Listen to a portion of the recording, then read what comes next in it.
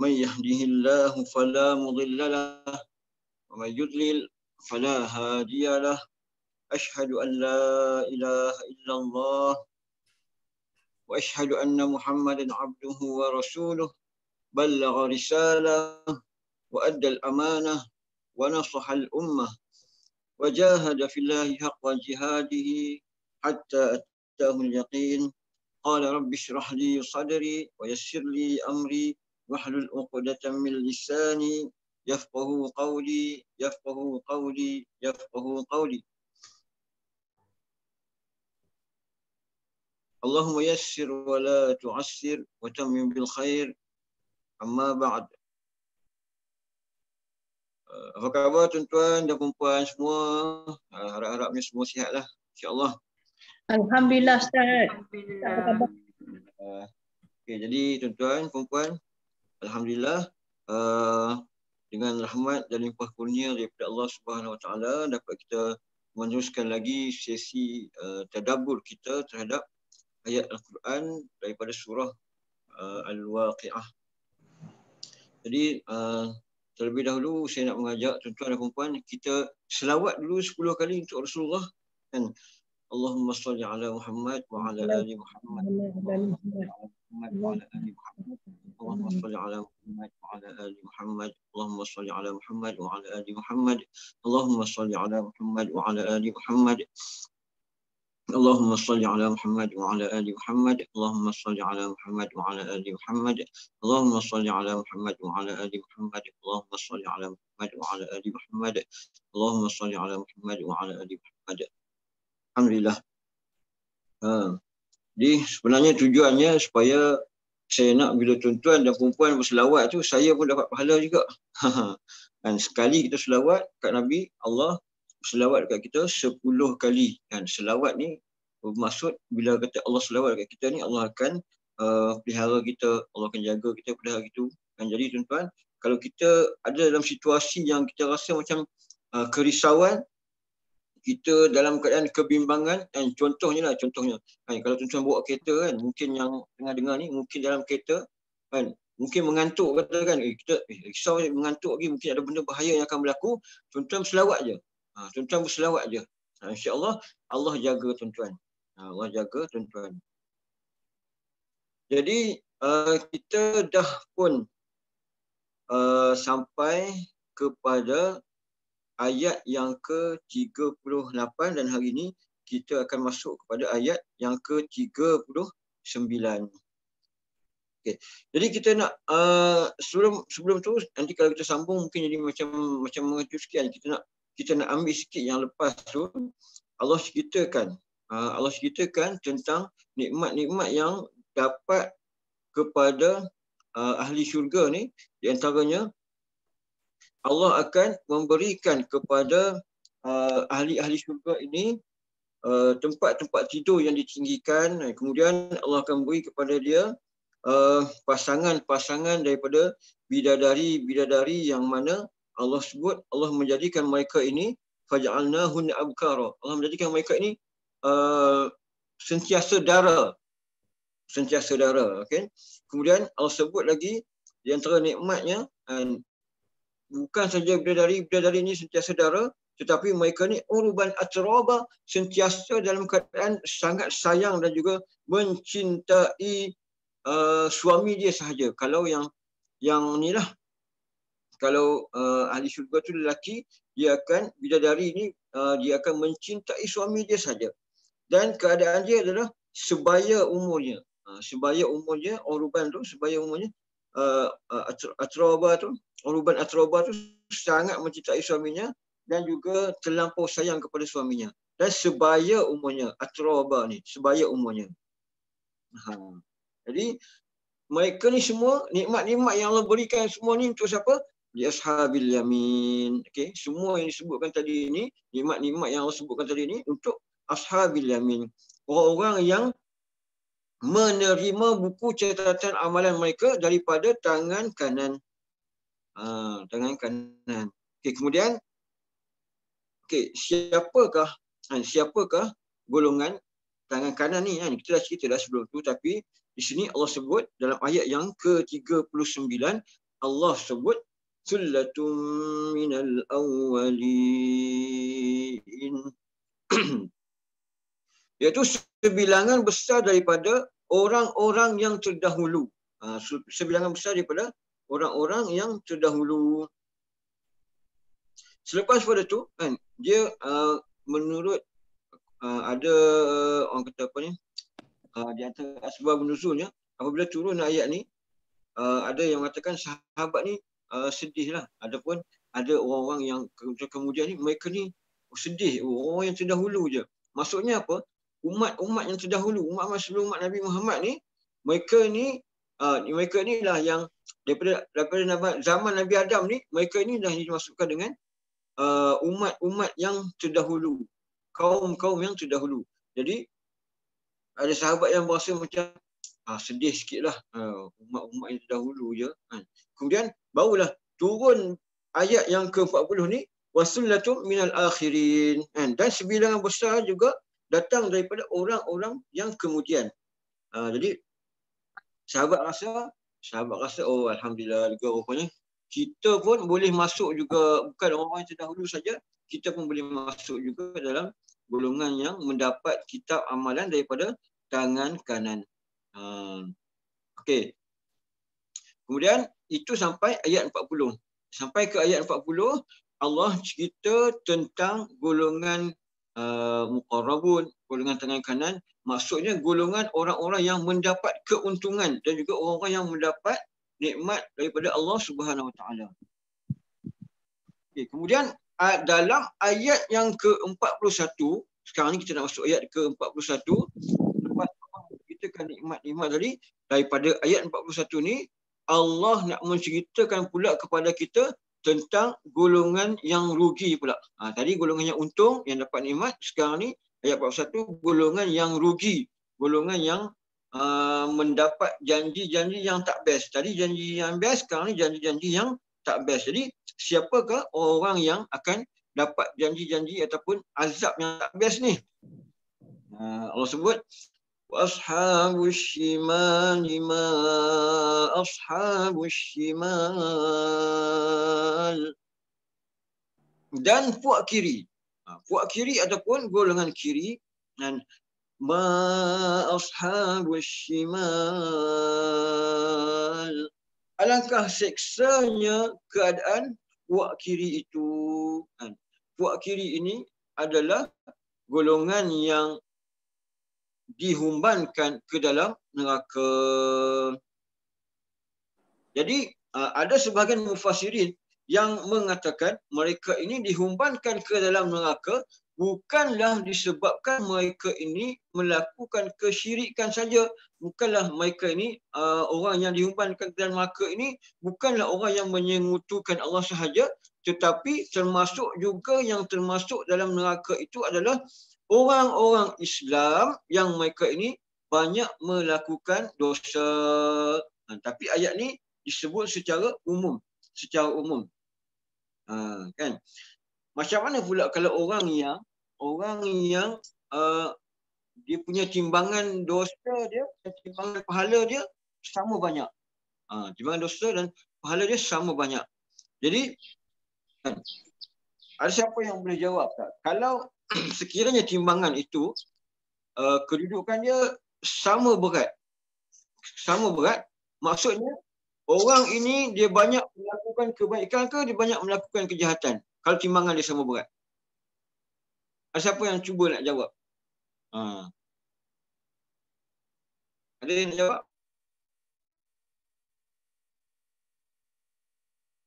Ada? Cuba jawab. Cuba jawablah kalau ada yang rasa terfikir apa-apa kan. Cuba jawab. Kalau timbangan dia sama berat, timbangan kebaikan, timbangan kejahatan dia sama berat, dia ni orang yang banyak melakukan kebaikan ke orang yang banyak melakukan perkara jahat? Siapa volunteer nak jawab? Dia banyak melakukan kejahatan, Ustaz. Ya, betul. Okey, jadi apa hujah tuan yang kata dia melakukan banyak kejahatan tu? Sebab setiap kebaikan dibagi dengan 10 markah kan. Jadi kejahatan dia satu kejahatan dia bagi satu kejahat je lah. Jadi ya berbanding yang baik, satu baik dapat 10. Jadi bila total dia sama banyak, maknanya kebaikan dia buat lebih sikit lah daripada banding dengan kejahatan. Masya Allah, Alhamdulillah. Tengok jawapan orang yang mesti banyak menghadiri majlis ilmu ni. Jadi kalau orang yang tak hadiri majlis ilmu, biasa bila kita tanya macam ni kan, dia akan jawab sama banyak dia kata. Dia buat jahat dengan baik sama banyak. Tapi satu kebajikan kita buat diberi 10 kali ganda pahala dia. Dan satu kejahatan dia buat dapat satu je lah dosa dia. Bila sama berat tu maksudnya dosa dia banyak lah. Dia buat 10 kali benda jahat dan dia buat sekali benda baik, dia dah sama. Timbangan dia sama. Jadi Masya Allah, tahniah kepada tuan yang menjawab. Jadi mereka ini akan berada di satu tempat yang disebut sebagai Al-A'raf, iaitu tempat yang dia ni tak masuk ke syurga lagi, dia ni tidak masuk ke neraka lagi. Dan kalau orang tu orang Islam, dia akan duduk dekat situ sampailah ke satu tempoh yang mana akhirnya dia akan diberi syafaat oleh Nabi SAW dan dia akan masukkan ke dalam syurga. Jadi dia tengok kat tengah-tengah tu, dia tengok syurga, dia teringin nak masuk. Dia teringin sangat nak masuk. Bila dia tengok neraka, dia takut sangat nak masuk. Jadi dia sebabkan dia orang Islam, Allah akan bagi Nabi Muhammad untuk bagi syafaat kat dia. Yang dia katakan duduk di tengah-tengah ni, Ashabul A'raf ni, orang Islam je lah. Sebab kalau orang kafir, memanglah tak ada 50-50 lah. Kalau orang kafir memang dia punya amalan dia pun tidak diterima. Tapi tuan-tuan, untuk makluman kan, kalau orang tu dia kafir pun, dia tetap akan Allah balas dia. Kalau tuan-tuan tengok, kalau orang-orang kafir, orang-orang yang bukan Islam, kalau dia ni rajin bersedekah, dia rajin menderma, dia akan kaya dekat dunia. Sebab apa? Allah tu tak zalim. Allah tu akan balas dia punya kebaikan dia, Allah akan balas kat dunia. Tapi dekat dunia je dia akan dapat. Dekat dunia je dia akan dapat. Sebab tu kalau tengok, saya tak ingat ada satu seorang jutawan bukan Muslim lah. Apa nama dia ni? Famous lah, tapi saya lupa nama dia. Dia kata dia jutawan, dia jadi jutawan dia kata sebab dia banyak tolong orang. Dia di antara orang terkaya dalam Malaysia. Dia banyak tolong orang. Apa nama? Tan nama dia, saya lupa. Robert Tan ke apa. Dia kata sebab dia banyak tolong orang, dia kata. Dia banyak tolong. Dia kata nak buat apa, dia kata duit seorang-seorang makan tak habis, dia kata. Makan tak habis. Lepas tu anak-anak tak boleh nak bagi duit banyak-banyak dekat anak-anak, dia kata. Nanti anak-anak jadi malas nak berusaha. Anak-anak tak nak berusaha. Jadi dia bagi, dia infak duit dia sedekah duit dia banyak-banyak dekat macam-macam pertubuhan. Orang yang bukan Islam pun buat macam tu, tuan-tuan. Tapi Allah balas kat dia, Allah bagi dia kekayaan yang berlipat kali ganda dekat dunia. Bila akhirat nanti dia tak dapat lah. Inilah orang kata kerugiannya apabila orang tu dia tidak beriman dengan Allah Subhanahu Wa Taala. Mereka ni macam mana Allah kata? Allah sebut tu ma ashabus shimal. Okey, siapakah golongan kiri ini? Siapakah golongan kiri ini? Jadi Allah nak orang kata nak bagi kita perhatian. Nak bagi kita perhatian. Orang ini adalah golongan yang sangat celaka, orang yang sangat rugi. Allah kata kepada mereka ayat yang ke-42, fi samumin wa hamim.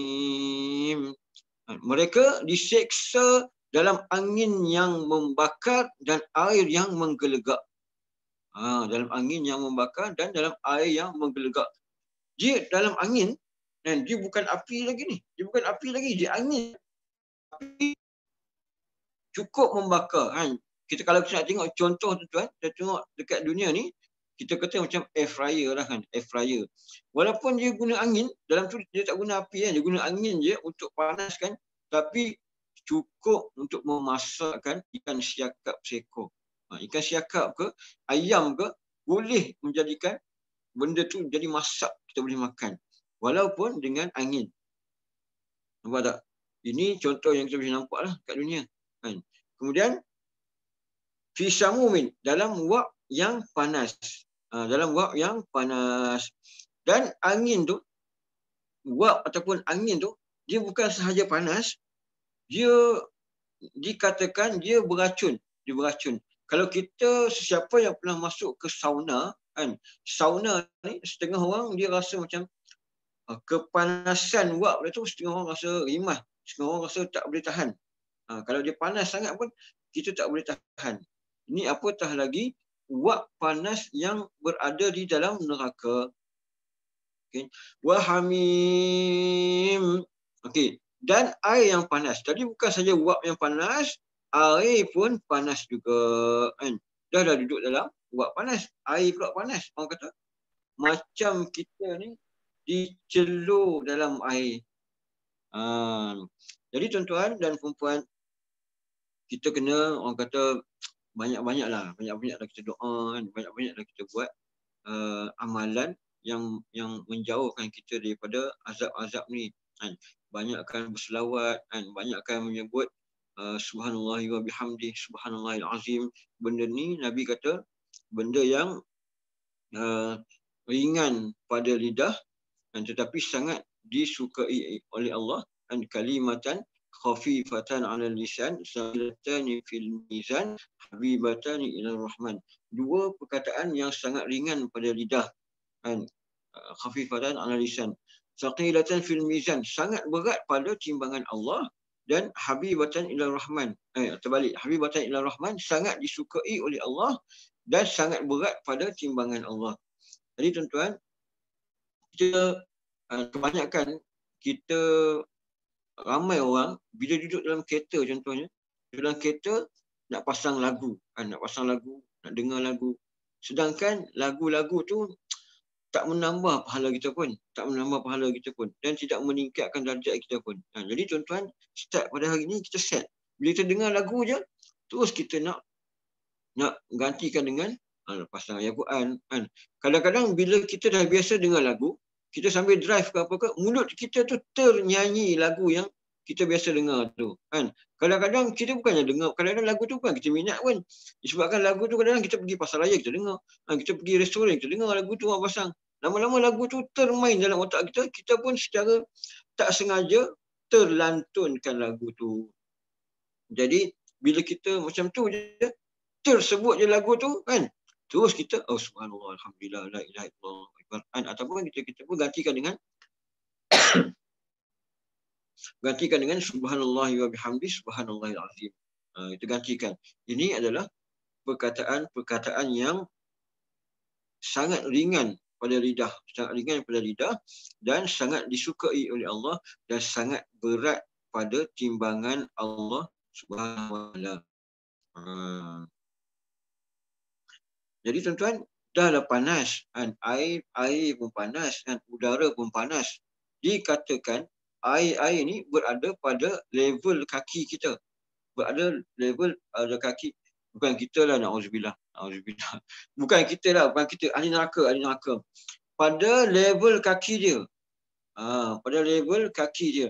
Dikatakan, para mufassirin, sebagai mufassirin mengatakan, panasnya air yang ada di dalam neraka ni, yang kita akan, yang na'udzubillah, kita lagi, bukan kita ahli neraka ni, na'udzubillah, ahli neraka ni yang akan duduk ni, mereka akan duduk dalam air tu, bukan air yang biasa, bukan air yang kosong yang mendidih macam tu, tuan-tuan. Air yang daripada nanah dan juga darah yang kotoran, orang kata macam kotoran daripada ahli neraka ni. Nanah dan darah daripada ahli neraka. Dan air ni tuan-tuan, kalau kita kata, sebagian mufassirin katalah, air ni, kalau kita kata matahari ni dah cukup panas, kan? Matahari ni cukup panas, sampai kalau matahari ni, jika Allah takdirkan, matahari ni bergerak sejengkal sahaja lagi. Dia turun sejengkal lagi, dia merapat ke bumi sejengkal lagi, maka hancur terbakar semualah bumi ni. Ini itu kepanasan matahari. Tapi dikatakan kepanasan air dalam neraka ni sekiranya terbocorlah kan, kepanasan api neraka tu sekiranya terbocor besar-besar lubang jarum sahaja, terbocor sampai ke dunia ni, maka akan habis, hancur dan terbakarlah satu bumi ni. Itu keadaan neraka. Dan air yang dalam neraka tadi ni, daripada nanah dan juga kotoran orang-orang yang ahli neraka tadi ni, sekiranya air tu disimbahkan kepada matahari, kan, matahari pun akan hancur. Matahari pun akan hancur. Jadi penduduk neraka tadi walaupun macam tu, tapi disebabkan terlalu dahaga, kan, na'udzubillah,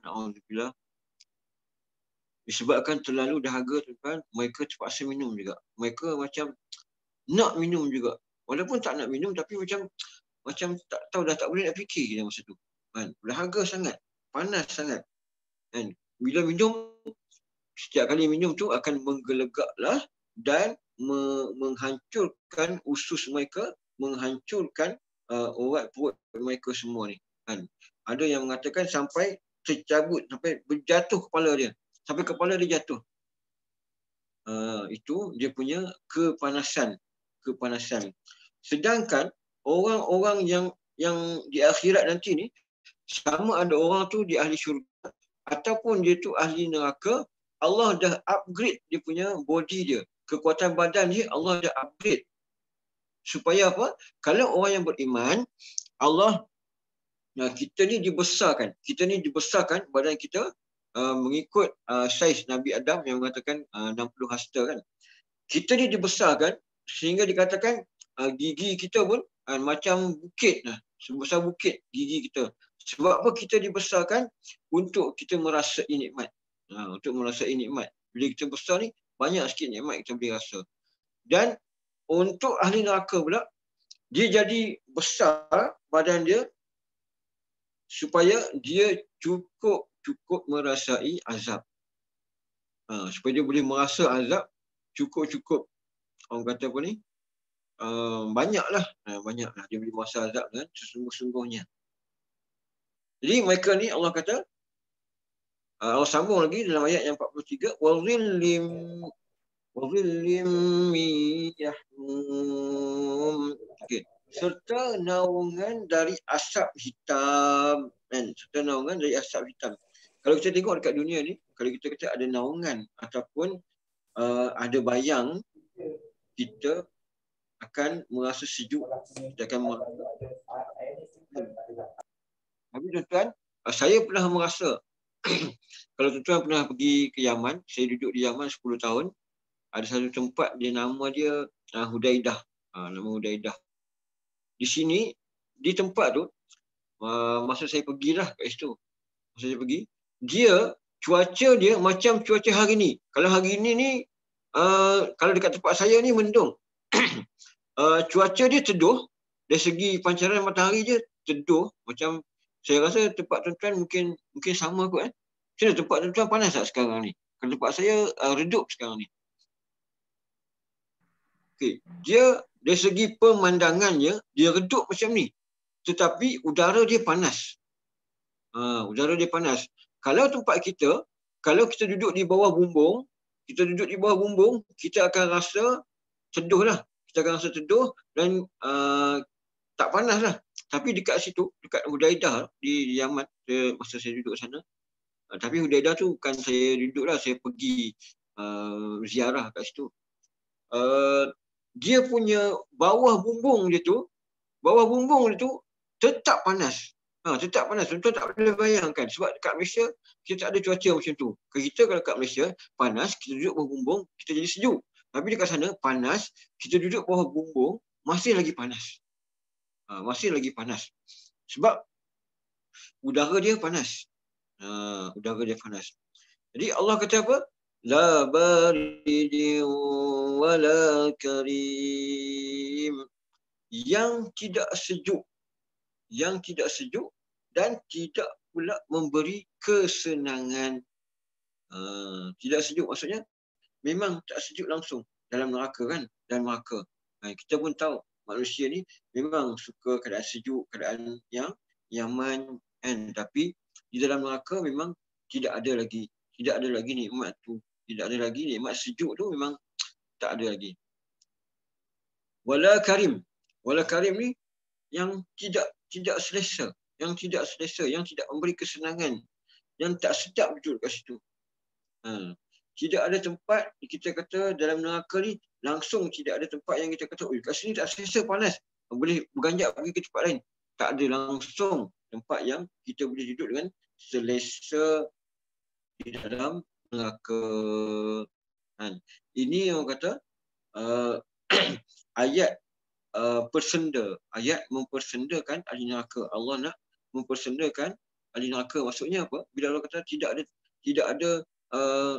ada sejuk, tidak ada nyaman ataupun tenang duduk kat situ, Allah nak kata, okey, buatlah, boleh cerita dah ni, dah cerita dah sifat neraka ni, boleh cerita dah sifat dia macam mana. Kalau nak try duduk kat situ, buatlah dosa. Macam tu. Kemudian Allah Allah sambung lagi dalam ayat yang ke-45 kan, Allah nak ceritakan bahawasanya kenapakah mereka ni. Tadi dah dikatakan duduk dalam neraka yang angin dia panas, dia punya naungan dia pun panas, air dia pun panas yang menggelegak kan. Allah nak ceritakan dalam ayat 45 ni kenapakah mereka ni duduk kat situ kan. Adakah Allah suka-suka nak mencampakkan mereka ke dalam tu? Jadi Allah kata, innahum kanu qabla dhalika mutrafin. Sesungguhnya mereka sebelum itu dilalaikan oleh kemewahan dunia daripada mengingati hukum Tuhan. Mereka ni dilalaikan dengan kehidupan dunia. Dan mereka ni masa di dunia dulu sibuk mencari keterangan, sibuk mencari kesenangan. Jadi orang kata apa ni, bila Allah sebut mutrafin tu dari segi bahasa Arab, kalau dalam kitab terjemahan ni dia sebut kemewahan dunia lah, kemewahan. Tapi maksudkan kemewahan ini adalah mutrafin ni sampai peringkat orang yang dia tak kisah dah nak belanja. Dia tak kisah dah nak belanja dengan duit yang banyak ni. Kataan mutrafin daripada itraf. Yang ni bermaksud orang yang sangat banyak duit dia dan dia tak kisah nak buat apa pun dengan duit tu, sampai dia akan membeli macam-macam benda yang sampai membawa kepada dosa. Jenis yang orang kata buang duit, membazir duit. Tapi yang menjadi masalahnya dekat situ kan, yang menjadi masalah bila orang tu kaya, bukan masalah dia nak membelanjakan duit tu. Masalah dia nak belanjakan duit tu tak ada masalah lah kalau dia belanja dengan cara yang betul. Tapi kemewahan ini biasanya dikaitkan dengan orang-orang yang bila dia rasa dia dah mewah, dia dah rasa macam hebat, kebiasaannya mereka ini akan menjadi lupa diri. Dia orang ni menjadi lupa diri. Tapi ada je, ramai je orang kaya, jutawan-jutawan yang tak lupa diri. Ramai je jutawan-jutawan yang banyak bersedekah. Kan? Ramai je orang yang sampai dia permulaannya dia jadi jutawan. Sebab tu kita tengok tuan-tuan, macam mana orang yang kita tengok ni kaya raya, tiba-tiba bila dia jatuh, dia jadi yang jatuh yang sangat teruk. Kita tengok macam mana boleh kaya sangat, kereta sampai berpuluh-puluh biji kereta ni, tapi bila dia jatuh yang seteruk-teruknya. Jadi bila orang yang nak mewah ni tuan-tuan, orang yang nak bermewah ni, dia akan cuba untuk beli rumah-rumah yang mewah, dia akan cuba untuk membeli kereta-kereta yang mewah. Bila dia sampai satu keadaan dia terdesak, Islam ni dia nak kesederhanaan, ni tak boleh tomok. Tu yang cerita. Dia bila dia jadi tamak, dia nak beli semua tu, kan, masa dia beli tu mungkin dia ada duit, dia sampai satu hari dia dah kehilangan kemampuan dia untuk bayar, dan dia ada kuasa pula masa tu, mulalah dia nak menyalahgunakan kuasa, larikan duit, kan. Kalau dia kita kata dia orang kaya ke, dia menteri ke apa ke, yang dia ada kesempatan untuk ambil duit, tak kisahlah siapa-siapa ke, orang dalam syarikat ke, dia larikan duit syarikat. Kalau orang dalam kerajaan ke, mungkin dia larikan duit kerajaan, kan. Ataupun tak kira orang yang dia ada kesempatan bergantung pada kedudukan dia tu, dia boleh ambil duit, dia akan ambil duit. Sebab apa? Dia dah terdesak. Harta banyak, kan. Tapi semua tu hutang. Rumah hebat-hebat, semuanya hutang. Kereta hebat-hebat, semuanya hutang. Dan mereka ini kebiasaannya tidak kisah dengan pengajian-pengajian agama. Tidak kisah dengan majlis-majlis ilmu. Sebab tu mereka jadi macam tu, kan. Kalau orang kaya, majlis yang kenal orang kaya, tapi dia sibuk dengan majlis-majlis ilmu, kan. Mungkin kalangan tuan-tuan dan perempuan ni ada, kan, orang kaya, kan, insya-Allah. Tapi bila sibukkan diri dengan majlis-majlis ilmu ni, dia akan ada dia akan timbul perasaan takut dengan kekayaan dia tu, dia takut salah guna. Jadi dia akan banyak memberi, kan. Sekiranya tuan-tuan dekat sini orang yang masya-Allah, Allah kurniakan rezeki yang lebih, jadi tuan-tuan banyakkanlah memberi, kan. Sebab apa?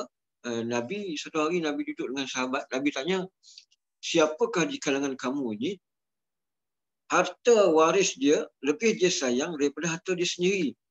Kemudian sahabat kata, ya Rasulullah, kan, tidak ada seorang pun daripada kalangan kami ini yang dia lebih suka ataupun dia lebih sayang harta waris-waris dia daripada harta dia sendiri, kan. Semua akan sayang harta dia sendiri. Kemudian Nabi kata, harta kamu, kan, harta waris kamu adalah apa yang kamu simpan, dan harta kamu adalah apa yang kamu infakkan.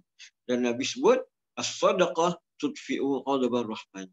Jadi kalau kita nak duit kita tu, harta kita tu ada bersama dengan kita di akhirat nanti, bagilah dekat orang, kerana itu adalah cara kita menyimpan untuk akhirat. Dan di akhirat nanti kita akan nampak, kita akan pejam je mata, kita akan dah nampak dah. Kita dah nampak ada duit kita tu. Duit yang kita infakkan tu, kita dah nampak dah. Syarat dia, tuan-tuan, syarat dia janganlah kita menyebut-nyebut. Setengah orang, tuan-tuan, dia sayang, saya nak tegaskan kat sini. Setengah orang dia sayang tau, dia dah buat kebajikan banyak tau, dia dah infak banyak tau, tapi last sekali dia sebut, kan. Adalah saya dengar ada ustaz cerita, kan, ada seorang ni orang kaya lah, bila ada satu masjid nak buat, dia sponsor aircon untuk masjid tu, semua aircon dalam masjid tu dia sponsor. Lepas tu suatu hari dia ada benda yang permintaan dia tu, dia ahli, orang kata apa ni, AJK masjid tu tak setuju dengan permintaan dia. Lepas tu dia sebut balik dia tu, ni aircon dalam masjid ni semua aku yang beli ni, kan. Semua aku yang bayar aircon dalam masjid ni. Ingat, kalau kita sebut je macam tu, semua kebaikan, semua pahala kita tadi dah dapat. Bila kita sebut macam tu, semua pahala kita tadi terbatal. Allah kata, la tutbi'u sadaqatikum bil manni wal adha. Janganlah mengikuti sedekah kamu ni dengan mengungkit-ungkit, dengan menyebut-nyebut dan mengungkit-ungkit, kan. Kita kadang sayang tau, kita tolong kawan-kawan, kita buat benda pahala banyak. Bila satu hari kita tak puas hati dengan kawan-kawan, kita kata, dulu kau susah aku yang tolong, kan. Berapa banyak duit aku bagi pinjam, kan. Berapa banyak aku tolong baiki kereta ke, tolong buat rumah ke apa ke. Kita sebut je macam tu, habis. Pahala kita semua habis. Jadi di antara benda yang nak mengelak kita daripada masuk neraka, kita nak kekayaan kita tu bersama dengan kita, adalah cara kita menginfakkan. Dan Nabi kata, as-sadaqah tudfi'u ghadabar rahman. Kan, kita, kan, tuan-tuan dekat sini, kan, tuan-tuan dengan perempuan ni, kan, cuba jawab kat saya. Dalam ramai-ramai yang ada sini, kan, siapa dia dosa dia sikit, Kan? Cuba sebut.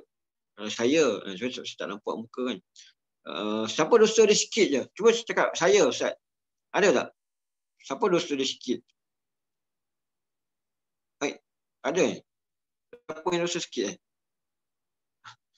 Okey. Okey, dalam jemaah yang sedang dengar ni, Masjid Hasanah Bangi ni, okey, siapa yang cuba sebut? Okey, saya. Siapa yang rasa dosa dia sangat banyak? Kan? Ada tak yang nak mengaku?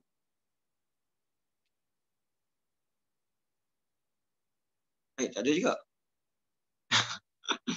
Tak ada orang yang dosa sikit, kemudian tak ada yang dosa banyak pun.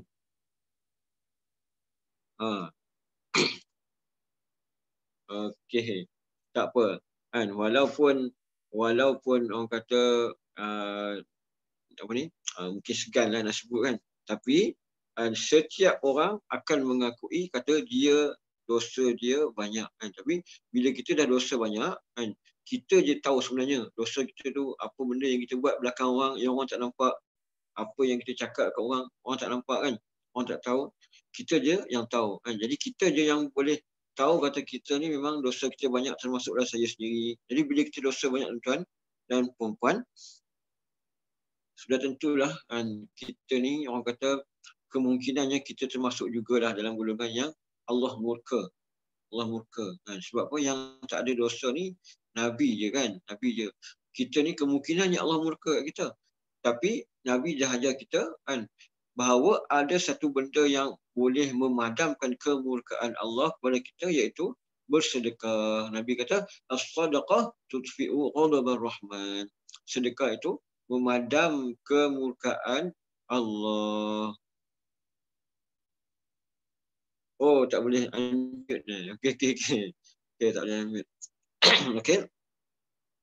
Jadi itu bersangkutan dengan orang-orang yang harta benda mereka ni melalaikan mereka. Jadi mereka ni Allah kata apa? Wa kanu yusirruna 'alal hinsil 'azim. Dan mereka pula sentiasa melakukan dosa yang besar. Dosa besar ni macam mana? Yang kita sebutkan tadi ni. Dosa besar, bila dah nak senang hidup, kemudian hutang banyak, terpaksa buat dosa-dosa besar. Macam mana? Oh, kalau pergi bekerja, sebabkan gaji tempat kerja tu mungkin gaji dia dah terhad banyak tu, okey, ponteng kerja, pergi buat kerja yang lari, pergi buat kerja, orang kata apa ni? Kerja tambahan lah, kerja macam part time, kerja yang mungkin dapat rezeki lebih lagi kat situ. Jadi rezeki yang dia dapat tu adalah rezeki yang haram. Sebab apa? Sebab dia tidak amanah dalam pekerjaan dia. Jadi termasuk juga di dalam dosa-dosa besar ni adalah dosa perbuatan syirik. Dosa perbuatan syirik iaitu menyengutukan Allah Subhanahu Wa Taala. Sebab apa? Sebab dah sibuk nak cari duit dan tidak ada masa untuk menghadiri majlis-majlis ilmu. Jadi melakukan perbuatan-perbuatan syirik itu merasakan kata benda tu tidak salah.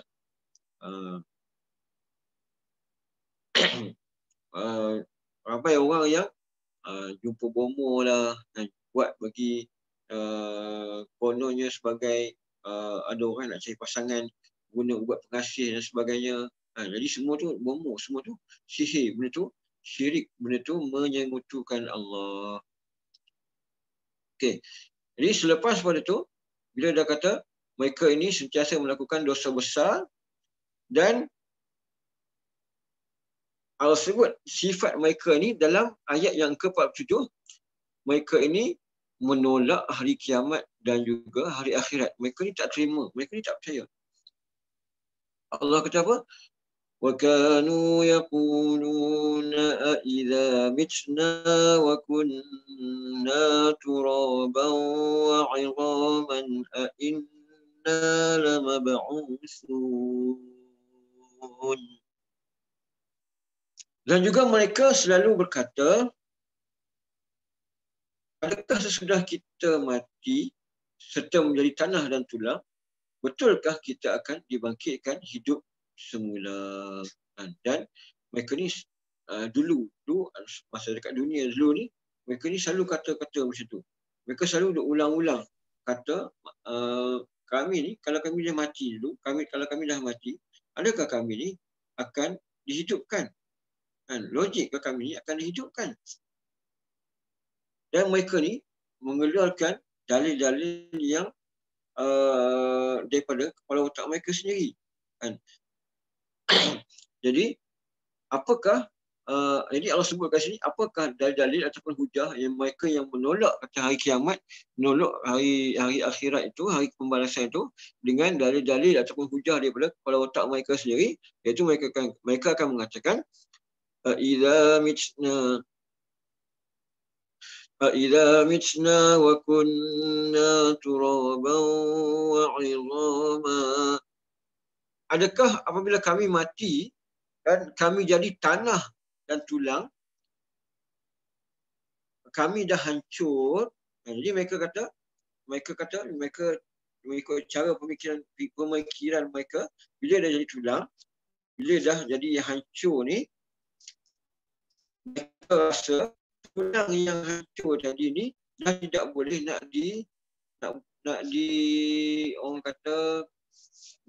disatukan balik, nak dijadikan balik, nak dihidupkan balik, kan? Inna lamab'usun. Adakah kami akan dibangkitkan semula? Jadi dia kata, adakah kami akan dibangkitkan semula?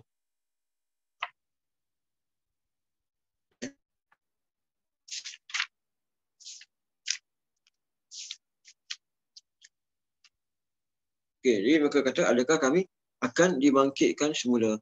Dan mereka juga kata, awa aba'una al-awwalun. Dan adakah juga datuk nenek kita yang telah lalu? Datuk nenek kita yang telah lalu. Adakah mereka ni akan dibangkitkan semula? Pada mereka fikir, kalau orang yang baru mati, dia punya roh dia punya jasad dia tu mungkin ada lagi. Macam, kemungkinanlah orang yang baru mati ni boleh dibangkitkan lagi, boleh dihidupkan lagi, kan? Tapi dia kata, adakah datuk nenek kita yang dulu ni, yang dah mati, yang dah jadi tanah ni, boleh ke dibangkitkan semula? Kemudian Allah ajarkan kepada Nabi SAW bagaimana nak jawab soalan mereka ni. Iaitu, ya, mereka pasti akan dibangkitkan. Allah kata, Qul innal awwalina wal akhirin.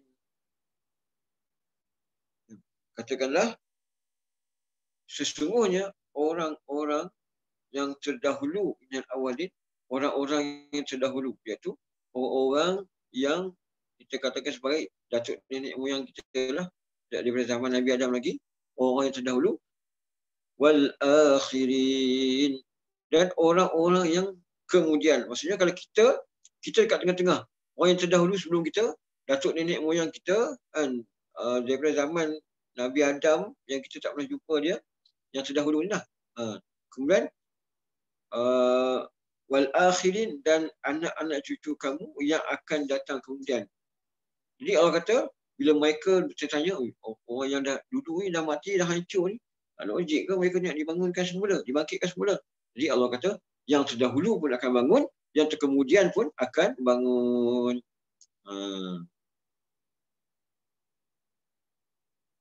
Jadi hebatnya, orang kata hebat sekali ayat-ayat Allah ni. Setiap persoalan yang ditimbulkan, setiap persoalan yang didapati oleh kaum musyrikin ni, ada jawapan dia. Ada jawapan dia dalam Quran. Jadi seterusnya tuan-tuan dan puan, kita masuk kepada ayat yang ke-50. Ayat yang ke-50. Kat sini Allah menyebut lamajmu'una ila miqati yaumin ma'lum.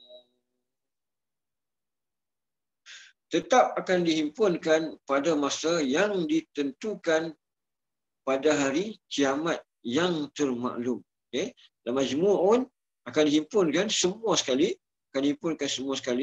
iaitu daripada zaman Nabi Adam sampailah umat-umat yang selepas kita mati ni, ada lagi manusia yang hidup pada masa tu. Selepas pada tu pun mereka akan dibangkitkan ila miqat, pada waktu yang telah ditetapkan. Jadi waktu tu Allah dah tetapkan, cuma kita je tak tahu. Kita je tak tahu, bukan saja kita tak tahu, Nabi sendiri pun tak tahu. Dan Jibril sendiri pun tak tahu lagi. Jibril pun tak tahu, Nabi pun tak tahu lagi. Sebab Nabi sendiri bagi tahu melalui ayat Al-Quran.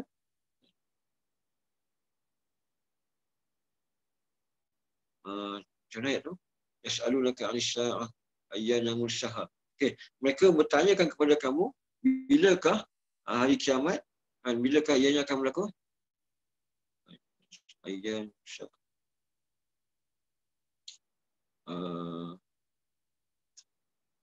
Tak ingat pula ayat tu. Jadi maksudnya ayat ni nak mengatakan Nabi sendiri pun tak tahu. Bila mereka tanya kepada kamu tentang hari kiamat ni, jawablah hanya Allah sahaja yang tahu. Adapun hari itu semua orang dah tahu, faham tak? Hari itu akan berlaku kiamat ni, semua orang dah tahu kata akan berlaku kiamat. Sebab apa? Kalau kita tengok surah Al-Waqi'ah ni, dia bukan surah yang pertama yang menceritakan tentang adanya hari kiamat. Maksudnya dah ada banyak surah dah yang menceritakan tentang hari kiamat.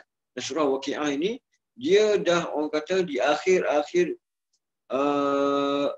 surah Makkiyah yang disebutkan, yang menyebutkan tentang hari kiamat ni. Maksudnya surah-surah yang sebelum ni dah diceritakan, dah menceritakan tentang hari kiamat. Jadi orang Arab yang bila terima je ayat ni, mereka dah tahu dah. Oh, kan, yaumim maklum, pada hari yang telah maklum, pada hari yang semua orang dah tahu dah hari itu. Jadi dimasukkan dekat sini, hari yang semua orang sudah pun tahu, tapi tak tahu bila dia akan berlaku. Tahu benda tu akan berlaku, tapi tak tahu bila dia akan berlaku. Kemudian tuan, dalam ayat yang ke-51 pula, Allah nak ceritakan tentang satu kumpulan yang mana mereka ni tidak percaya tentang hari pembalasan. Allah kata, "Tsumma innakum ayyuhad dhallunal mukadzibun."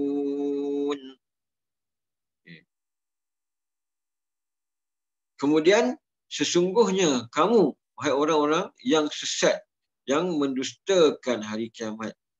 Jadi bila Allah orang kata sebut macam ni, sebenarnya tuan-tuan, bila Allah sebut macam ni, kemudian sesungguhnya kamu, orang-orang yang sesat, orang yang mendustakan. Di sini menunjukkan kita kata apa? Dalam bahasa mudahnya kita kata Allah sound direct. Allah sound direct kepada orang-orang yang sesat ni, orang yang mendustakan kedatangan hari kiamat ni. Kalau kita lah, ibaratnya bila kita kata Allah sound direct kepada orang yang kaum musyrikin pada masa tu, kalau kita kata dalam contoh, kalau kita pelajar sekolah, kalau guru kelas kita cakap kepada kita, guru kelas kita yang bagi satu arahan ke, guru kelas kita marah kita ke, kita masih lagi rasa macam ada macam tak ganas sangat lah, macam biasa-biasa. Tapi kalau kita kena panggil guru besar, kalau guru besar tu, yang paling besar kita dalam sekolah tu, yang sound kita, yang marah kita, kan, kita akan kata benda ni sangat teruk ni, kesalahan kita sangat besar, kan. Dalam sekolah, bila cikgu marah, boleh kira lagi dia punya kesalahan itu. Tapi kalau guru besar sampai kena panggil ke bilik guru besar, sampai guru besar sendiri yang marah kita, maksudnya kita dah pun buat benda yang besar. Benda yang kesalahan yang kita buat tu bukan kesalahan yang biasa-biasa. Kesalahan yang teruk lah kita katakan. Tapi dekat sini tuan-tuan, Allah sound direct. Ini bukan Ini bukan hadis kan, bukan Nabi yang kata ni. Ini Allah yang kata. Allah kata direct kan. Kemudian kamu ni orang-orang yang sesat. Kan? Lagi siapa lagi? Al-Mukadzibun, yang mendustakan. Dah sesat, kemudian mendustakan. Jadi mereka ini, apakah yang mereka mendustakan? Mereka ini mendustakan tentang adanya hari pembalasan. Mereka mendustakan. Jadi mereka sebenarnya, mereka ini dengan secara tidak langsungnya, mereka ini menolak Al-Quran. Menolak Al-Quran. Bila mereka mendustakan hari kiamat, mereka menolak Al-Quran sebab benda ni dah diceritakan di dalam Al-Quran. Bila mereka terima Al-Quran, itu menunjukkan kata mereka ni mempercayai. Tapi sekarang ni mereka ni mendustakan. Maksudnya mereka ni tidak mau terima Al-Quran, mereka ni tak mau percaya kata Al-Quran itu benar. Dan mereka tidak percaya tentang janji-janji Allah.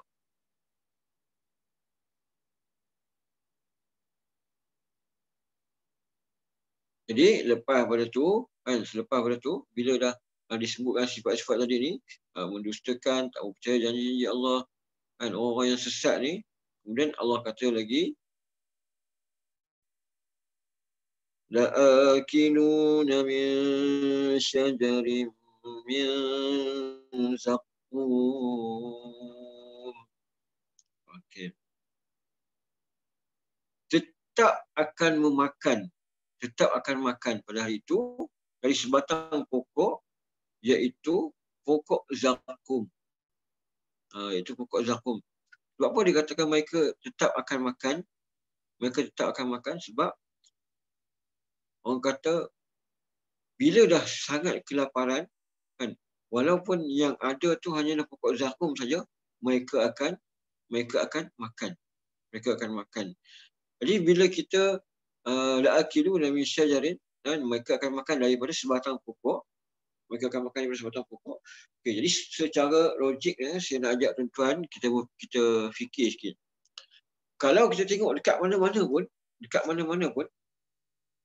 kita tak boleh jumpa pokok yang hidup dalam api. Pokok yang hidup dalam api. Bahkan kalau pokok yang dah hidup pun, kalau kena api, dia akan musnah. Dia akan rosak. Tapi, pokok ni, dalam neraka ni, pokok zakum ni, pokok yang hidup dalam api. Dalam api tu dia hidup. Maksudnya apa? Maksudnya, pokok ni memang pokok yang lain macam. Saya nak kata macam mana pun, kita tak boleh nak sifatkan, cuma kita boleh kata pokok ni memang pokok lain macam. Dia hidup dalam api. Nak apa ni? Nak katakan bahayanya pokok ni. Dalam api dia boleh hidup. Buah ni diriwayatkan, buah zakum ni, dia adalah sejenis buah yang berduri. Jadi, kalau kita ada mufassirin, sebagai mufassirin yang mengatakan buah ini buah yang berduri, kan? Apabila kita makan, buah ini dia akan mencari, dia akan menjadi minyak. Dia akan cair jadi minyak yang akan menghancurkan mulut kita, kan? Leher, perut kita. Mulut, leher dan juga perut, kawasan yang buah ni lalu, dia akan menghancurkan. Kemudian Allah sambung lagi, kan? فَمَالِئُونَ مِنْهَا الْبُطُونَ. Maka kamu akan memenuhi perut kamu dari pokok itu. Pokok yang hidup dalam api, maksudnya pokok itu pun memang menyakitkan. Pokok tu dalam api berduri lagi, kan? Berduri. Kalau kita kata duri ataupun kita kena paku ke, kan? Itu tajam, kan? Jarum kan? Kalau kita jarum. Kalau kena jarum pun dah pedih dah. Itu jarum biasa je. Kalau kita kena jarum panas pula. Macam mana? Lagilah menyakitkan, kena cucuk, kan? Ini duri daripada pokok yang orang kata pokok tu sendiri api. Pokok tu sendiri api. Maksudnya pokok yang hidup dalam api, pokok tu pun api jugalah. Jadi kena cucuk dengan jarum yang besi yang tak api pun kita dah sakit, kan? Kalau kena cucuk besi panas, jarum yang panas pun kita dah sakit. Ini bukan jarum, bukan besi, tapi dengan api itu sendiri. Api itu sendiri yang menyucuk, yang memenuhi perut kita. Tapi walau macam mana pun tetap akan makan juga. Dia tidak akan berlaku orang yang dia tengok, sakit ni, bahaya ni, buah ni, panas ni, aku tak nak makan lah. Macam mana pun aku tak nak makan. Dia tak jadi macam tu. Dia akan jadi macam mana pun tetap akan dimakan buah tu. Buah tu tetap akan dimakan. Jadi inilah orang kata makanan yang paling teruk sekali. Makanan yang paling teruk sekali. Sebab apa? Untuk ahli neraka ni dah tidak ada lagi dah buah lain. Tidak ada lagi dah buah lain. Tidak ada lagi benda macam makanan yang sedap, memang tak ada lagi kecuali buah ni saja. Buah ni saja. Jadi tuan bila Nabi cerita, bila turun ayat ni, bila Nabi cerita dekat kaum musyrikin Mekah ni, dia orang kata apa? Dia orang ejek Nabi.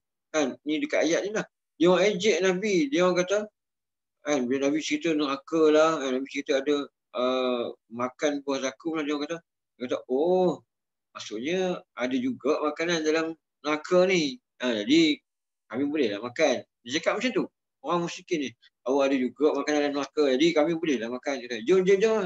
Dia ajak kawan-kawan dia ni, kaum musyrikin Mekah ni, dia ajak kawan-kawan dia. Okay, jom. Macam makan buah zakum, jom. Dia buat main-main. Kan. Ada juga makanan. Bukanlah tak ada makanan, ada juga lah makanan dalam neraka. Dia buat main-main macam tu lah. Jom. Kita makan buah zakum. Okey, yang tu makanan Yang tu makanan di dalam neraka. Makanan dalam neraka yang mana Allah sebut ceritakan tadilah tentang makanan. Sekarang ni tuan-tuan, dalam ayat yang ke-54 ni, Allah nak sebut ataupun Allah nak ceritakan pula kepada kita macam mana pula keadaan minuman. Macam mana pula minuman di dalam neraka. Jadi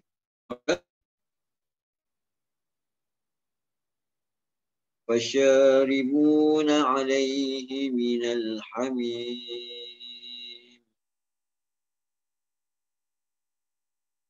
Selepas itu, kamu akan meminum pula dari air panas yang menggelegak. Jadi buah dah api dah, buah dah panas dah kan, buah yang berduri lagi. Sekarang ni minuman pula. Satu-satu Allah cerita. Minuman dia, hari tu Allah dah ceritakan tentang nikmat-nikmat. Sekarang ni Allah cerita tentang azab pula. Kamu akan minum pula dari air panas yang menggelegak. Air panas yang menggelegak. Jadi air itu tuan-tuan, tafsiran daripada tafsir Ibn Katsir, dia kata air tu yang panas menggelegak tu, yang ada nanah apa semua tu, dia duduk dekat kaki, duduk kat bahagian kaki ahli neraka je kan, bukan kita. Na'udzubillah. Jadi tuan-tuan, bila kita dengar cerita-cerita macam ni tuan-tuan, perempuan, kita kena banyak meminta jauh daripada api neraka. Dia ada hadis yang mengatakan, ada tiga kali, ada yang mengatakan 7 kali. Siapa yang minta, ada yang 10 kali. Ada yang kata 10 kali, ada yang kata 7 kali, ada yang 3 kali. Ini maksudnya adalah saya nak kena confirmkan dulu dia punya tu. Hadis tu, siapa yang meminta jauh daripada neraka dalam satu hari tu, 3 ataupun 7 kali tu, maka neraka pun akan minta jauh daripada dia. Jadi kita kata selepas solat kan, setiap kali kita solat, kita akan kata Allahumma ajirna minan nar, Allahumma ajirna minan nar, Allahumma ajirna minan nar kan. Jadi setengah orang baca 3 kali, setengah orang baca 7 kali, setengah orang baca 10 kali. Okay. Bila kita berdoa, kita minta je dijauhkan daripada neraka. Neraka itu sendiri pun dia akan minta jauhkan Allah, jauhkan kita daripada dia. Jadi kadang-kadang kita bila lepas solat tu, kita jadi macam ada perasaan malas sikit nak berzikir kan. Sebenarnya lepas solat tu, zikir-zikir yang kita baca lepas solat tu dia sangat besar dia punya kelebihan-kelebihan dia. Banyaklah kelebihan-kelebihan dia. Dia ada hadis-hadis dia lah. Cuma yang jadi kadang-kadang permasalahan ataupun perbincangan, orang kata, oh Nabi tak baca cukup kuat. Ini masalah baca kuat, baca tak kuat apa semua tu. Itu masalah dari segi itulah. Tapi dari segi hadis-hadisnya, banyak bacaan-bacaan yang kita baca selepas solat tu sangat besar dia punya kelebihan-kelebihan dia punya fadilat-fadilat dia. Dan contohnya kita zikir kan, subhanallah, alhamdulillah, la ilaha illallah, Allahu akbar, 33 kali Allah akan hapuskan dosa kita sebanyak buih di lautan. Kemudian baca ayat kursi lepas solat. Kalau kita meninggal pada hari itu, kita baca pada waktu pagi, kita meninggal pada hari itu, kita dah dijamin masuk syurga. Tidak ada yang menghalang kita untuk masuk syurga kecuali mati je. Maksudnya bila kita baca tu, kita dah ini Nabi yang kata, kita jamin dah untuk syurga. Tapi memang kita kata takkanlah semudah macam tu. Kan ramai orang yang mempersoalkan, takkan mudah macam tu kita nak masuk, kita nak dapat jaminan untuk syurga ni. Mudah macam tu je. Kan? Tapi tuan-tuan, bila timbul persoalan macam tu, sebenarnya kalau kita tengok dalam masyarakat kita ni, walaupun benda tu mudah, tapi cuba kita tanya kawan-kawan kita, cuba kita tanya orang ni, dia tahu tak benda tu? Dia tak tahu. Jadi orang yang nak baca wirid lepas solat ni sangat, orang kata apa ni, orang-orang tertentu je, orang-orang yang rajin je. Kebanyakan orang dia tak nak baca benda-benda ni. Padahal bukan susah pun. La ilaha illallah, subhanallah, alhamdulillah, la ilaha illallah, akbar tu apa dosa, ayat kursi dan bacaan-bacaan lain tu semua ada hadis dia. Semua ada hadis dia yang dia punya fadilat dia juga besar, tuan-tuan. Jadi kita buatlah, sebab benda-benda ni lah orang kata nak bantu untuk jauhkan kita daripada api neraka ni. Api neraka. Okey. Dan Allah kata air dalam neraka ni panas. Air dalam neraka ni tak best kan. Tapi Allah nak cerita itu macam mana pula cara mereka minum. Walaupun air itu panas, walaupun air itu tak best, Allah nak cerita cara mereka minum ni macam mana. Adakah bila air itu panas, mereka tak nak minum? Adakah bila air itu panas, air itu menyakitkan, mereka minum sikit-sikit macam kita minum air panas kan? Teguk sikit-sikit sebab apa panas? Adakah macam tu? Okey, Allah cerita dekat ayat yang ke-55 ni. Fasharibuna syurbal him. Iaitu kamu akan minum seperti unta yang berpenyakit, sentiasa dahaga dan tidak puas-puas.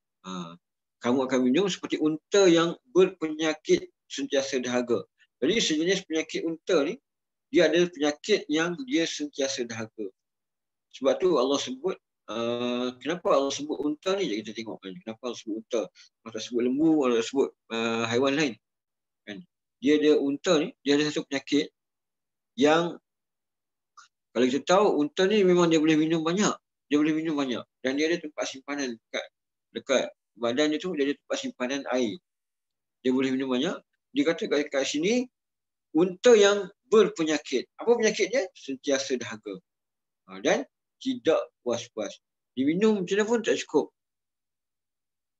Okey, walaupun air yang dalam neraka tu, walaupun air tu busuk, air tu nanah, kan, dan air tu panas, minum sampai hancur perut, usus semua hancur, kan, tengkuk terbakar.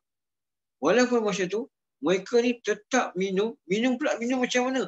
Minum macam unta yang kena penyakit tu, minum tak puas-puas minum.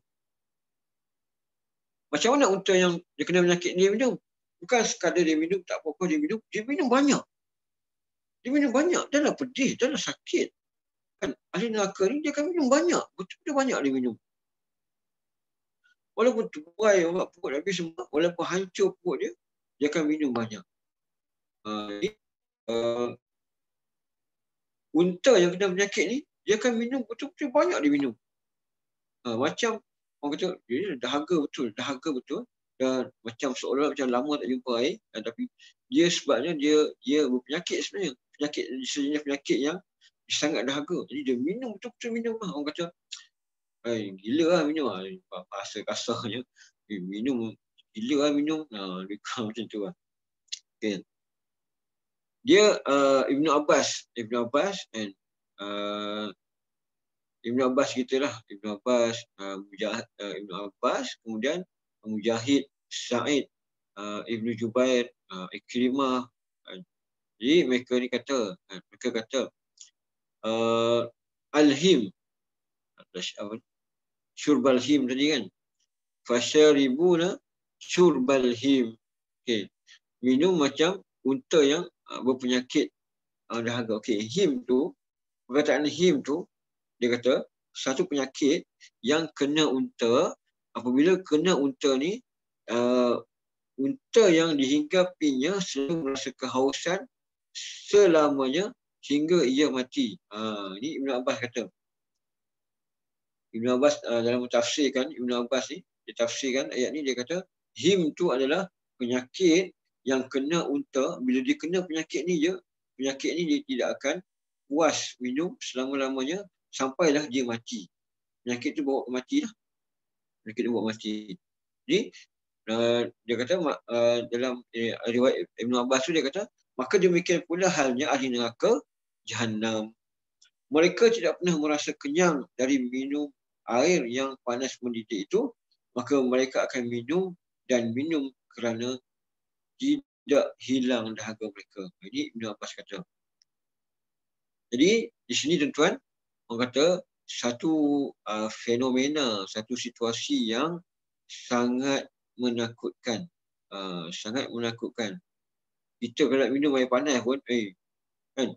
Kita minum air panas, kita takut. Kita minum sikit-sikit ni. Je. Ini air panas dah lah. Kan? Kita tak minum, minum macam tu. Sebab panas. Yang ni, minum itu. Orang kata ibaratnya macam tu dah minum. Minum tu. Walaupun panas tu. Minum juga. Sebab itulah dia bagi contoh unta. Kan? Mungkin kita dekat Malaysia, mungkin kita tak pernah tengok lah unta.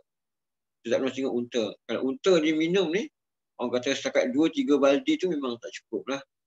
Satu tuang drum pun, tengok keadaan dia lah. Dia boleh minum banyak. Jadi, macam itulah tuan-tuan. Macam itulah sifat ataupun keadaan minuman yang Allah sediakan untuk ahli neraka. Yang mana mereka ini walaupun pedih, walaupun menyakitkan, tetap juga minum. Sebab apa? Mereka ini akan sentiasa dahaga.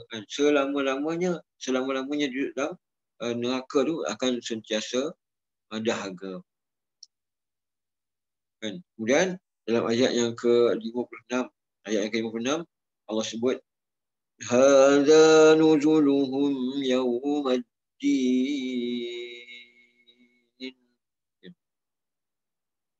Inilah jenis-jenis azab yang disediakan untuk menyambut mereka pada hari pembalasan itu. Iaitu pada hari pembalasan, pada hari kiamat itu. Jadi kalimah Allah guna kalimah nuzuluhum. Kalimah nuzuluhum. Nuzul tu dia bermaksud kalau dalam segi bahasa Arabnya ini salah satu maksud dia. Bahasa Arab ni dia ada satu perkataan, dia ada banyak maksud. Satu perkataan yang banyak maksud. Dan dia ada, contohnya kita kata perkataan nahwu. Nahwu, kalau orang yang mengaji bahasa Arab, dia tahu nahwu tu ilmu nahwu, ilmu tata bahasa Arab, nahwu. Ini satu maksud. Nahwu lagi pula ke arah. Contohnya yamshi nahwal masjid, dia berjalan ke arah masjid. Kemudian Nahwu juga ada maksud yang lain seperti contoh. Contoh. Okay, nahwa zalik dan seperti itu. Jadi itu contoh satu perkataan lah. Satu perkataan. Dan dia ada perkataan, bahasa Arab ni, dia ada perkataan yang banyak perkataan tapi maksud dia satu. Dan tadi saya bagi contoh, satu perkataan dia ada banyak maksud. Yang sekarang ni contoh perkataan yang banyak perkataan, satu maksud. Contohnya, kalau kita kata, okay, dia melihat. Dia melihat. Yang zuru dia melihat. Yang basiru dia melihat. Yang zuru, yang basiru. Yara pun dia melihat. Yara, yang zuru, yang basiru dia melihat. Semuanya bermaksud melihat. Ini salah satu contoh bahasa Arab yang banyak perkataan tapi maksud dia satu. Itu juga duduk, ada duduk, jalasa duduk. Tapi dia banyak perkataan. Okey. Jadi perkataan ni, perkataan nazala ni, nuzul ni, kan? Kalau kita yang biasa dengar nuzul Quran, kan? Diturunkan Quran. Tapi di sini dia bermaksud sesuatu makanan yang kita jadikan dia, kalau orang Arab lah, nuzul ni satu makanan yang menjadi sambutan, orang kata makanan penyambut tetamu kepada orang-orang musafir yang jauh yang baru sampai, dia akan bagi makanan dulu. Ni nuzul ni nama dia. Jadi kita kalau orang sampai rumah, kita bagi sampai-sampai tu kita bagi air dulu lah. Okay, mungkin air kosong lah. Okay, angkat air kosong dulu lah. Okay, bagi minum. Kemudian lepas pada tu, bila dah ada tetamu tu duduk kat rumah kita lama, kemudian barulah kita angkat ni kuih ke, mungkin nak goreng karipak frozen kan. Karipak frozen dalam peti ais. Okay, nak goreng, sempat lah nak goreng karipak frozen dulu. Sempat nak bancur teh ke, nak buat bilo ke kan. Okay, yang ni barulah orang kata ni, makanan yang kita akan hidangkan kepada tetamu kita. Tapi makanan yang pertama tetamu sampai-sampai kita tengok sampai-sampai berpeluh kan. Nak masuk rumah kita bagi salam tu, tengok-tengok berpeluh kan. Dia naik motor kata, kalau naik aircon, naik kereta ada aircon mungkin dah tak berpeluh kan. Kena yang jalan kaki pula kan. Kalau suasana kat kampung kan, kadang-kadang ada orang jalan kaki lah, balik dari kerja kan. Saya ingat zaman saya kecil-kecil dulu kan, pergi minum air getah, mak ayah minum air getah, balik jalan kaki ataupun naik basikal dalam keadaan letih kan. Sampai tu orang kata masuk rumah tu terkelepek. Macam tu lah kita kata tetamu datang dalam keadaan letih-letih tu kan, nampak letih dengan berpeluh, kita bagi dulu dekat dia, minum dulu minuman ni, nuzul ni, yang sebagai penyambut, makanan untuk menyambut tetamu. Jadi maksudnya selepas pada tu akan ada, kalau dari segi logik ni sudah nampak sebelum kita uraikan ayat ni, selepas pada makanan penyambut itu, kita akan ada makanan yang lebih hebat lah. Makanan yang lebih hebat, makanan yang lebih sedap.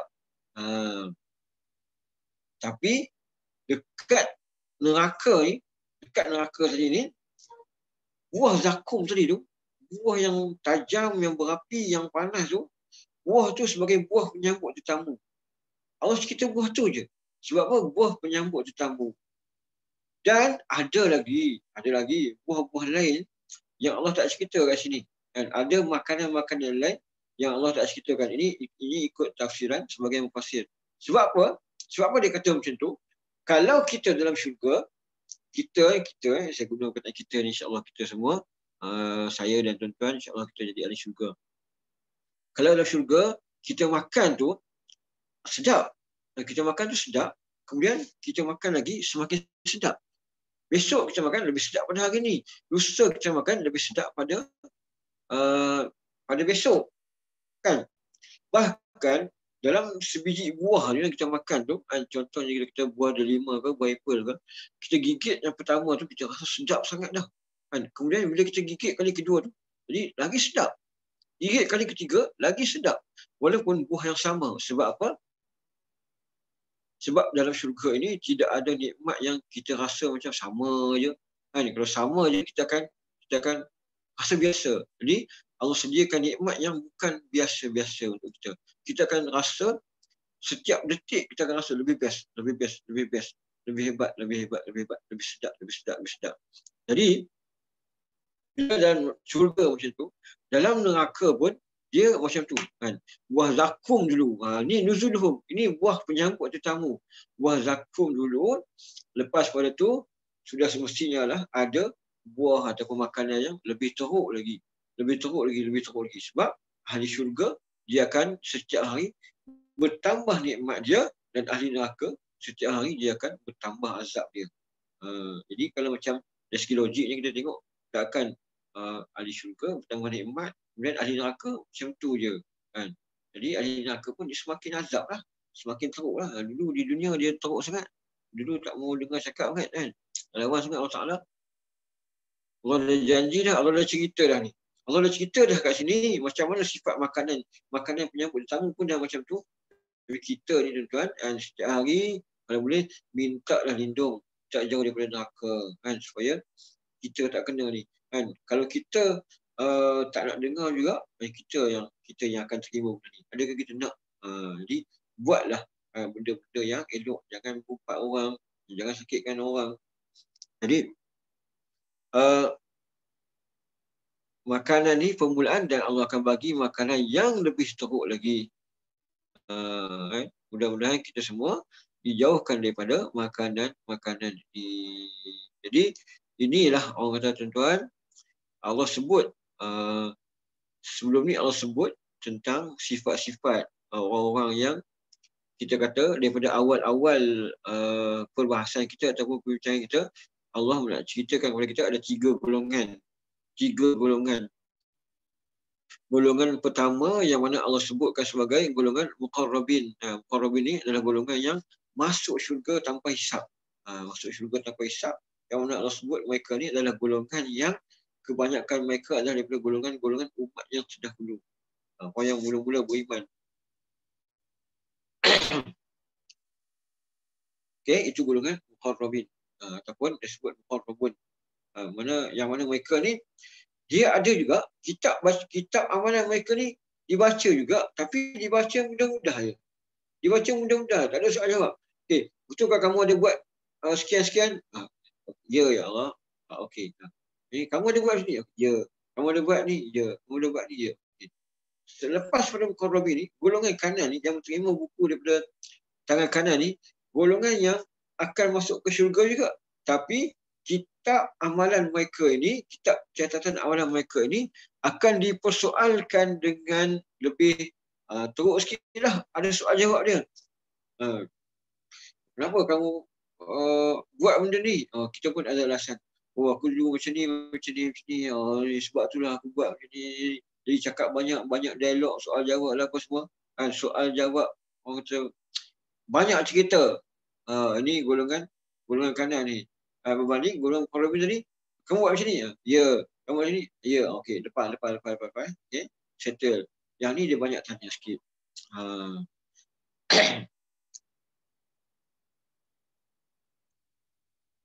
Tapi walaupun mereka ni banyak persoalan, banyak soal jawab, tapi akhirnya mereka ini dimasukkan juga ke dalam syurga. Okey, ini golongan yang kedua. Dan golongan yang ketiganya yang kita baru saja menceritakan tentang mereka ni adalah golongan yang sangat malang, kerana mereka ni akan menerima azab. Mereka ni akan menerima azab, mereka menerima buku catatan amalan mereka daripada tangan kiri. Jadi mereka inilah orang yang akan dimasukkan ke dalam neraka. Dan dia bukan yang masuk neraka, kemudian yang masuk syurga, dia bukan macam tu saja. Bahkan tuan-tuan, dia ada golongan yang masuk neraka dulu. Ada golongan yang masuk neraka dulu. Sebab apa? Sebab mereka ni orang Islam dan mereka ni beriman. Mereka ni percaya dengan janji-janji Allah, percaya dengan Al-Quran, percaya dengan hadis Nabi. Tapi dalam masa yang sama, mereka juga banyak buat dosa. Mereka banyak buat dosa, dan kalau kita buat dosa saja tuan-tuan, kan, sebenarnya masih ada lagi orang kata macam mana, bukanlah kita ni tak buat dosa, tetapi Allah suka orang yang dia buat dosa kemudian dia bertobat. Satu hadis Nabi kata, laula tadnibu la dhahaballahu bikum wa ya'ti bi khalqin jadid. Allah kata, sekiranya kamu ni tidak buat dosa, manusia ni, kalau kita tidak buat dosa, Allah akan binasakan kita dan Allah akan datangkan sesuatu kaum yaznibun wa yatubun. Mereka ini buat dosa dan bertobat. Sebenarnya tuan-tuan, bila orang yang banyak dosa dan bertobat ni lebih baik daripada orang yang dia berasa macam dia tak ada dosa dan dia tidak bertobat dan dia tidak berusaha. Mungkin orang tu nampak baik dia pun rasa macam aku tak ada buat salah apa ni, aku pun tak ada buat dosa banyak kan, aku pun tak kacau orang kan. Jadi dia tidak ada usaha untuk minta ampun, dia tidak ada usaha untuk mendekatkan diri kepada Allah Taala. Jadi orang yang buat dosa dan bertobat, orang ni lebih Allah suka daripada orang yang tak buat dosa dan tak bertobat. Sebab tu ada hadis yang mengatakan, sekiranya kamu ni tidak buat dosa, Allah akan binasakan kamu dan Allah akan datangkan satu kaum yang buat dosa dan kemudian dia bertobat. Jadi yang buat dosa dan bertobat ni termasuklah jin sekali tuan-tuan. Masuklah jin. Bukan manusia saja, jin sekali.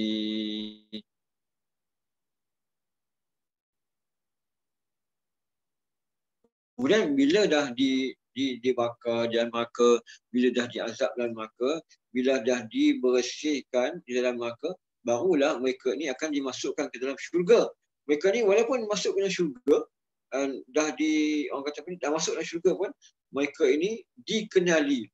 Orang yang masuk neraka tu, orang yang masuk syurga, ahli neraka kenal dia orang ni. Mereka ni dikenali sebagai jahannamiyun. Jahannamiyun maksudnya orang yang pernah masuk neraka. Jadi masalahnya tuan, bukan kita kata tak apalah, aku kalau masuk neraka pun nak kali masuk syurga juga. Dia bukan simple macam tu lah. Bukan kita masuk dalam bilik tahanan dekat dunia ni, kadang-kadang kita tahu, okey aku kena penjara seminggu. Tak apalah, kena penjara seminggu, lepas tu nanti aku keluar bebas balik. Dia bukan keadaan dia macam tu. Kita masuk neraka, bukan kita, na'udzubillah. Bukan kita, na'udzubillah. Mereka tu masuk neraka, masuk dalam keadaan tak tahu berapa lama nak kena azab.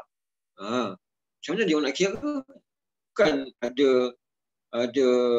orang nak ceritakan, okey kamu masuk ni sampai tarikh sekian semua. Masa tu dah tak ada tarikh lagi dah. Tak tarikh lagi dah, berapa hari bulan semua dah tak ada, tak fikir masa tu dah. Jadi berapa lama pun tak tahu lagi duduk dalam neraka ni. Jadi mereka ni lepas pada tu barulah keluar. Jadi kita tuan, walaupun sesaat tak sanggup nak masuk neraka. Kita kena betul-betul orang kata bercita-cita untuk masuk ke dalam syurga. Tadi masuk neraka, masuk syurga, dan ada golongan yang terus masuk neraka dan dah tak keluar-keluar dah. Masuk neraka tak keluar-keluar dah siapa? Orang yang melakukan kesyirikan. Mengamalkan ilmu-ilmu syirik yang menyengutukan Allah. Orang yang mengamalkan ilmu sihir semua ni. Biasanya orang yang amalkan ilmu sihir ni, walaupun kadang-kadang dia nampak macam Islamik, tapi sebenarnya dia kena melakukan kesyirikan baru dia boleh dapat ilmu sihir tu. Macam contohnya macam yang saya pernah tengok dekat Yaman, saya duduk Yaman dulu ni, dia ada seorang ahli sihir. Ahli sihir ni dia bertobat. Jadi masa zaman saya duduk dekat Yaman tu, kira lebih kurang tahun 2000, 20 tahun lepas, tahun 2000. 20 tahun lepas lah. Saya pun sekarang dah 40 dah kan. Ada orang kata nampak macam muda, tapi saya dah 41 dah. 20 tahun lepas. Jadi famous cerita dia ni, masa tu disebarkan, kalau kita sekarang ni pakai pendrive, pakai apa semua ni kan. Masa tu disebarkan dan dijual di mana-mana CD tentang seorang ahli sihir Yaman yang bertaubat. Dia cerita dia nak dapat ilmu sihir tu, dia kena tak boleh mandi wajib. Kemudian bila tak boleh mandi wajib, maksudnya macam mana nak ibadat, macam mana nak sembahyang, Allah tak terima. Dah syirik dah tak sembahyang. kan, ikut cakap jin. Ikut cakap jin, jangan mandi wajib. Kemudian dia kena Al-Quran ni dipijak-pijak Al-Quran. Kemudian dia kena makan bangkai-bangkai, dia makan bangkai anjing, dia makan bangkai binatang-binatang. Dia kata untuk dapatkan ilmu sihir tu. Dan juga dia kata dia makan orang. Dia makan, kalau ada budak-budak yang selepas mak bapak dia selepas pandang dapat dekat dia akan makan budak tu. Ni mata-mata nak dapat ilmu sihir. Dia makan tapi saya tak ingatlah dia cerita macam mana dia makan, dia buat sup ke, digoreng celup tepung ke apa ke. Kan saya pun tak ingat. Tapi dia makan budak tu. Dia makan budak tu nak dapatkan ilmu sihir ni. Jadi dia gunakan ilmu sihir ni untuk apa? Untuk cari duit. Dia akan hantar dia punya sihir tu pergi ke orang kampung. Bila orang tu sakit, orang tu akan dia akan kononnya pada pangkat permulaan dia akan cuba untuk berubat. Lepas tu sebab yang kacau tu geng-geng dia juga, jin-jin dia juga. Jadi dia baik. Ada seorang yang dah jadi macam tu, kemudian dia buat baik dan ramai orang lain bila selepas pada tu, bila kena ilmu sihir tu akan cari dia. Kononnya dia power lah. Dia seorang tabib yang hebat. Jadi bila dia bertobat, dia cerita bila dia nak bertobat ni, dia kata jin yang duduk bersekongkol dengan dia untuk amalkan ilmu sihir ni, jin tu kata kalau kamu bertobat, aku akan bunuh anak kamu satu persatu depan kamu. Jadi dia kata macam-macam mana pun dia pilih untuk bertobat, dan dia kata memang anak-anak dia ni dibunuh satu persatu depan mata dia. Satu persatu kena bunuh dengan jin tu depan mata dia. Ini orang kata apa ni? Ini contoh lah sebab apa masuk ke dalam sihir ni. Ini contoh orang yang mengamalkan ilmu syirik. Sebab apa? Kadang-kadang kita kata macam bomo-bomo ni, kita kata dia ni berupa macam Islamik, dia buat rawatan. Tapi bila dia pakai ilmu sihir, sebenarnya cara untuk dia dapatkan ilmu sihir tu, dia kena syirik. Dia kena mensekutukan Allah dengan, dia kena tak dengar cakap Allah, dia dengar cakap jin-jin, setan-setan yang menolong dia. Jadi sebab itulah orang yang syirik ni, dia tidak ada peluang lagi untuk masuk ke syurga. Okey, jadi tuan-tuan, orang kata setakat ni lah sahaja orang kata tuan-tuan perkongsian kita kan. Saya harap tuan-tuan adalah sedikit sebanyak benda yang tuan-tuan boleh ambil pengajaran daripada program ataupun tadabbur ni yang dibuat oleh pihak-pihak yang berusaha daripada Masjid Hasanah Bangil ni.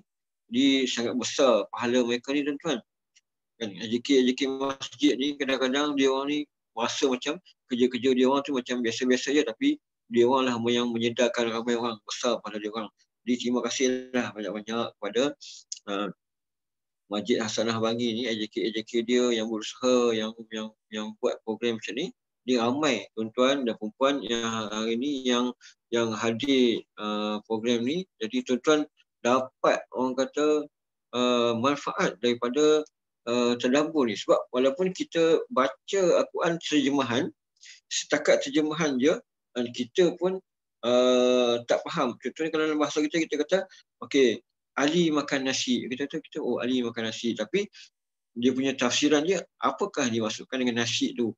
Nasi tu macam mana? Sejenis pokok yang ditanam beberapa bulan, dia ditanam dalam air, dia punya pokok dia macam mana, dia ada sawah dia macam mana. Inilah yang dinamakan sebagai tafsir. Kalau kita baca, makan nasi je. Jadi itulah ayat-ayat Quran yang orang kata yang kita sama-sama berkongsi. Saya pun orang kata tak adalah pandai sangat, tapi bolehlah setakat apa yang saya faham dan apa yang kita baca dalam tafsir. Ini semua bukan daripada kepala otak saya sendirilah orang kata. Ini semua daripada tafsir tuan-tuan. Jadi tuan-tuan, marilah kita sama-sama berdoa. A'udzubillahi minasyaitonirrajim. Bismillahirrahmanirrahim. Alhamdulillahirabbil alamin. Wassalatu wassalamu ala asyrafil anbiya'i wal mursalin wa ala alihi washabbihi ajma'in. Allahumma faqihna fid din, Allahumma faqihna fid din, Allahumma faqihna fid din. Ya Allah Tuhan kami, fahamkanlah kami urusan agama kami. Ya Allah, fahamkanlah kami urusan agama kami. Ya Allah, fahamkanlah urusan agama kami. Ya Allah, اللهم ارزقنا الفردوس الأعلى من الجنة. اللهم ارزقنا الفردوس الأعلى من الجنة. اللهم ارزقنا الفردوس الأعلى من الجنة. Ya Allah Tuhan kami, rezekikanlah kepada kami syurga Firdaus-Mu yang tertinggi. Ya Allah, rezekikanlah kepada kami syurga Firdaus-Mu yang tertinggi. Ya Allah, rezekikanlah kepada kami syurga Firdaus-Mu yang tertinggi. Ya Allah, Allahumma alimna ma yanfa'una wanfa'na ma 'allamtana. Ya Allah Tuhan kami, ajarkanlah kepada kami apa yang memberi manfaat kepada kami, ya Allah, dan manfaatkanlah kepada kami ilmu yang telah Engkau ajarkan kepada kami, ya Allah. Ya Allah Tuhan kami, bersihkanlah hati kami, ya Allah, bersihkanlah harta kami, ya Allah, bersihkanlah dosa-dosa kedua ibu bapa kami, ya Allah, bersihkanlah dosa segala dosa anak-anak kami, ya Allah, dan masukkanlah kami semua ke syurga Firdaus-Mu, ya Allah. Rabbana atina fid dunya hasanah wa fil akhirati hasanah wa qina adzabannar. Wa sallallahu ala sayyidina Muhammad wa ala alihi wa sahbihi wa sallam. Walhamdulillahi rabbil alamin. Jadi tuan-tuan, segala yang baik itu datang daripada Allah Subhanahu Wa Taala. Segala yang silap ataupun terkasar bahasa itu datang daripada kelemahan diri saya sendiri. Aqulu qawli hadza wa astaghfirullahal azim li wa lakum wa lisairil muslimin wal muslimat al-ahya'i minhum wal amwat. Assalamualaikum warahmatullahi wabarakatuh. Waalaikumsalam warahmatullahi wabarakatuh. Terima kasih Ustaz. Terima kasih Ustaz. Assalamualaikum. Terima kasih, Ustaz. Assalamualaikum.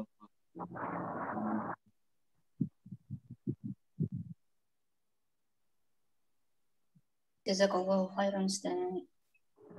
Wa iyyakum. Sama-sama.